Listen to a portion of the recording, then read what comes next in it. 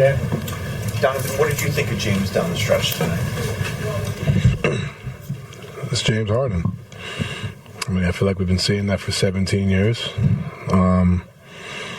We had no doubt the right play was going to be made. Passing, scoring, obviously he hit some big-time shots, but late game, it's always great to be able to just give it to him space and let him attack. After the game, when you were speaking with Serena, you kind of took a moment to, I think, soak everything all in. What was going through your mind? I, especially today, just try to be as locked in as possible and not as many smiles. Just because you don't want to go down 3-0 and try to, But it's always great to have the home crowd on your side. And I always talk about protecting home court, right? And they're a huge reason why. Like, you're coming back here, and every team feels this way, but I feel like in Cleveland, man, it's just like they're just so hungry for wins and whatnot. So you feel that energy. I mean, it's one game, right? It's 2-1. We're still down. We still got to take care of home court. But to play in front of these fans is an honor and a privilege, and you feel the energy and the buzz in the city, and they show out every single night. Chris?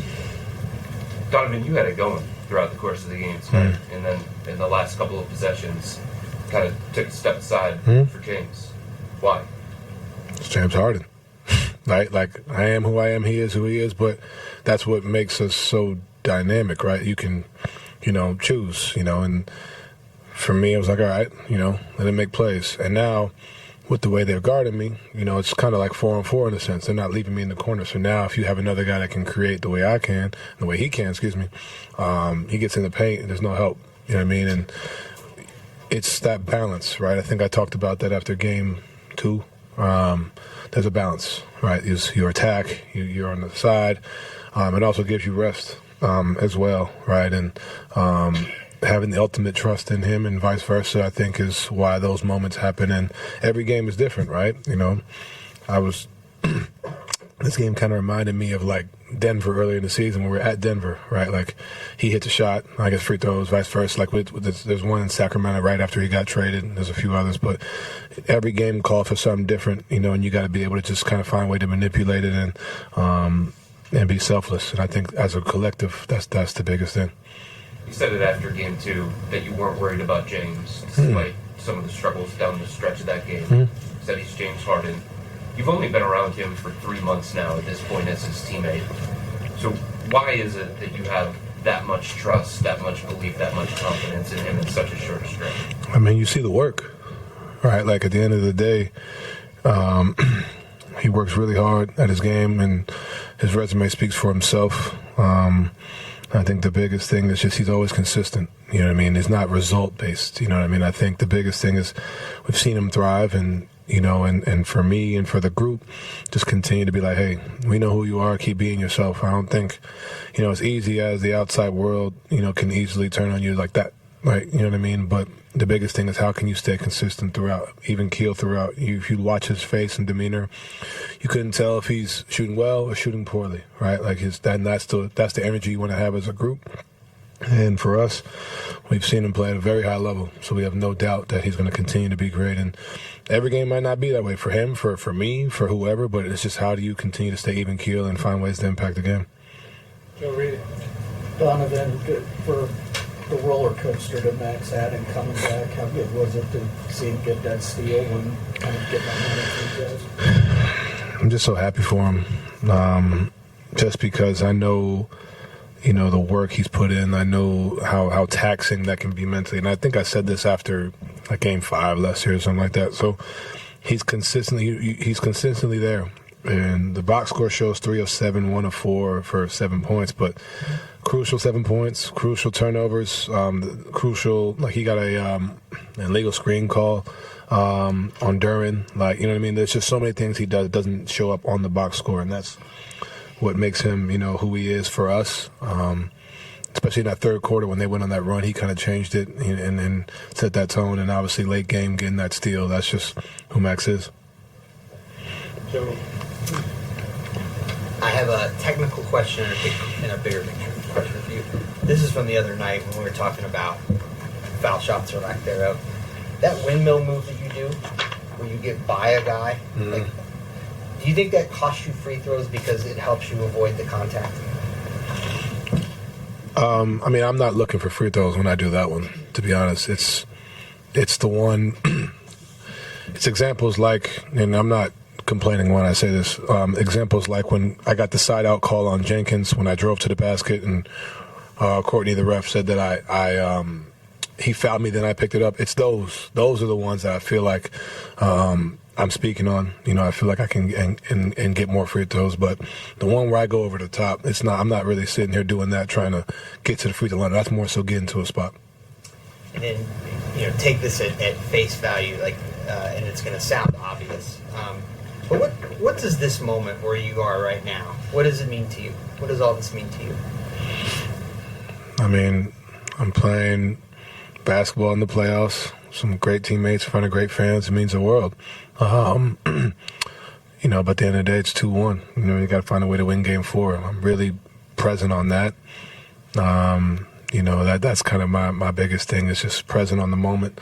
And we get another opportunity to play in front of the greatest fans in the league. We got one win, we got to get another one. Mike? Don, James kind of just talked about this a second ago, but you guys have known each other for 3 months as teammates, and he said it's still a work in progress on trying to figure out how to play off each other, play with each other. From where you guys started back in February to where you are now, how much more comfortable do you feel in those situations playing alongside James? Extremely comfortable. I think you look at tonight, right? Like I said, I was going, and then fourth quarter, they're putting, Thompson on me. He was not necessarily leaving, so now you let him play in the pick and roll with Ev or Jay or get the ISO or whatever, and now he's able to manipulate the game. Being able to have that communication, and obviously we've had 3 months of work, but then also using the IQ that both of us have just from playing and being who we are, right? So very comfortable, and it's going to still a work in progress, like he said, but each night, each game, each battle through adversity, positive win or loss, right? It just continues to help. And we're 3 months in, right? This Pistons team and every team we play has been together for the most part for a whole season. So I'm definitely, happy with where we're at, but we can definitely continue to be better. And when you look at your particular basketball, you're 35 points, but 10 rebounds, 4 assists. When those other parts of your game are being as, efficient as they were tonight, does that kind of fuel the other aspects of your game too? Yeah, I mean, I think the biggest thing, and I said this the other night, like everybody looked at Ev's 1 rebound, but we don't understand why he had 1 rebound. He was in there boxing Duran and Stewart out, so then it's on us as guards to come in there and get that. And there's so many examples.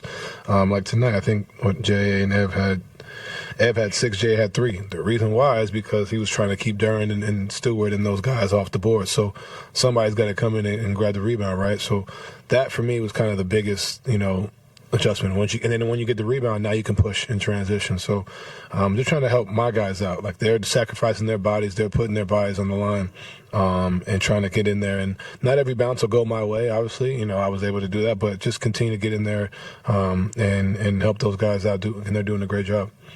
Last one, Nate. To your point, I think Evan had to tap out on the free throw. Yeah. But what did you think of him overall tonight? Phenomenal, right? Like even in the pick and rolls, like they're doing a good job of taking away that pocket, which then frees me up to get downhill for a floater or frees James up. Or now they have to help in on Ev's roll, and now we're kicking it to the corner for 3. So just because he's like last series he had like 25 and 14, like they're treating it differently now. And the biggest thing with him is he's so unselfish, right? He's sitting there like, hey, they're taking this away, keep going, keep getting downhill. And then defensively, like I said, he's there fighting, battling, and then he's there on the boards boxing out, and then we got to go out there and help him. So he's been great, and will continue to be great. We talked to you guys so much about turnovers this postseason. You guys won the turnover battle. What worked for you, and how can you carry it forward and build on maybe? We actually tied. I'm messing with you. Box score, No, I'm just messing with you. Don't worry about it. No, I mean, like I said, they do a good job of turning you over. And for us, just trying to take care of every single possession. It's not going to be perfect, right? Like we're going to make some mistakes, but it's just not compounding them, obviously. And for guys like myself and James, we have the ball a lot. You know, even like look at K, like he had 8, like, you know, when you have the ball a lot, naturally you're going to make some mistakes, but not compounding them. And then when you do make mistakes, trying your hardest to not have them be live ball turnovers, but you can't. So how do you compound, how do you react? You know, getting back in transition, trying to make it as tough for them to score on the other end after we do that. But that's the biggest thing, trying to take away self-inflicted wounds, which is what we've been talking about. And tonight we did a good job of it, but we got to do it again in 2 days.